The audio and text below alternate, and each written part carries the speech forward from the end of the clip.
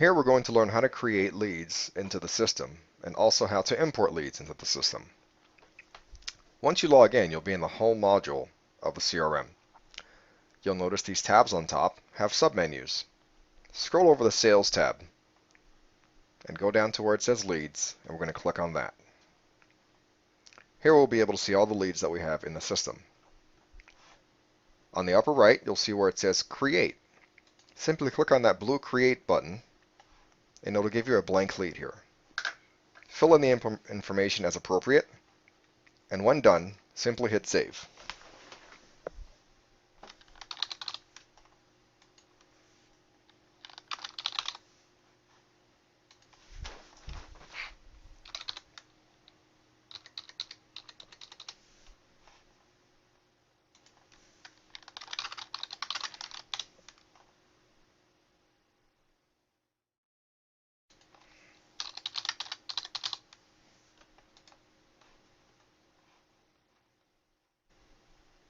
You can fill out as much or as little information as you see fit.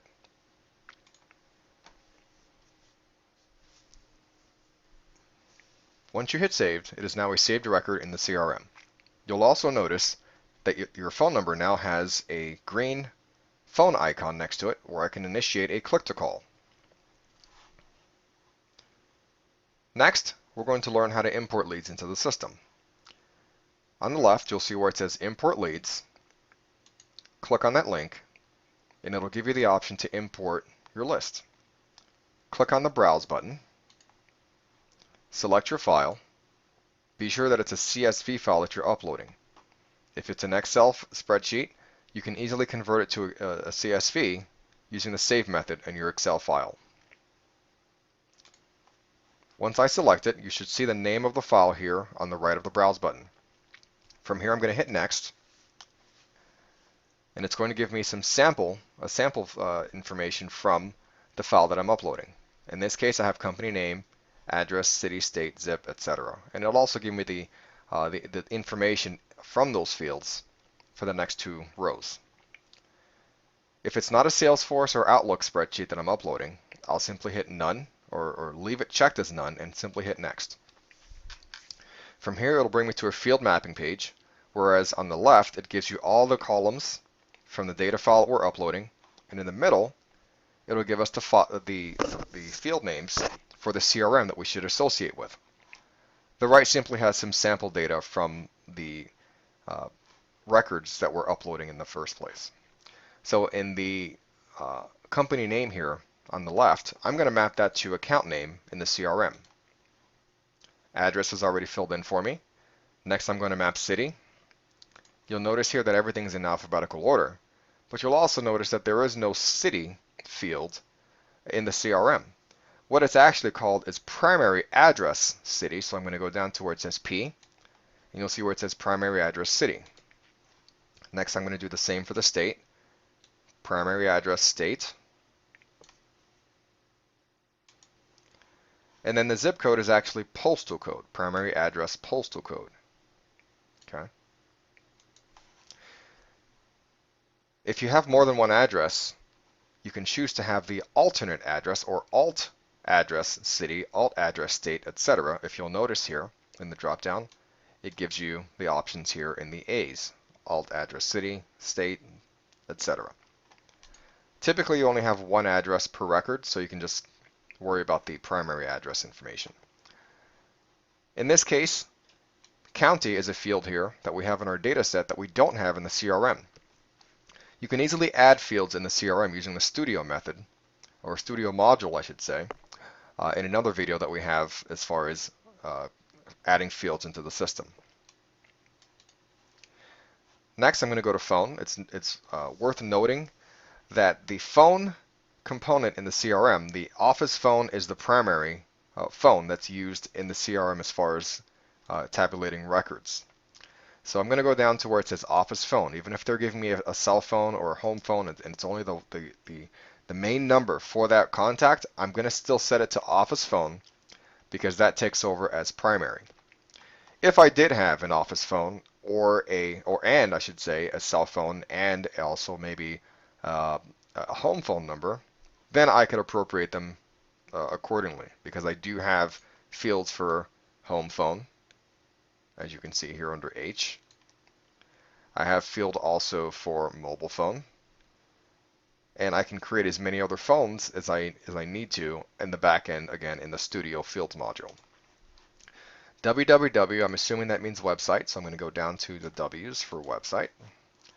Contact name, I'm just going to put the last name here, just so we're getting through this as quick as possible. And then the title is already filled in for me. So once I have all my fields mapped the way that I need to for my data set, I simply hit next.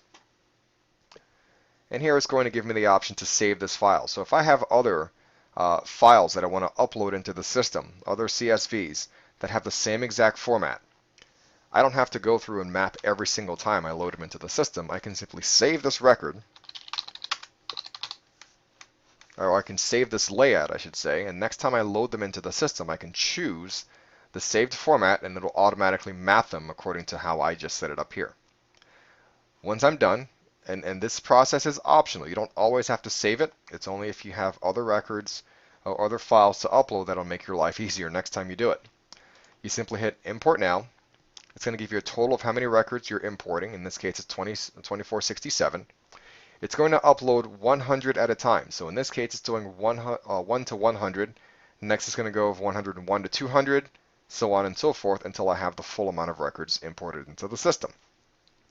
So depending on how many records you have, you may want to just kind of step away and take a cup of coffee and go do some other task and come back to when it's done. In this case, I'm just going to pause the video and come back when it's done so we can see what happens on the next screen.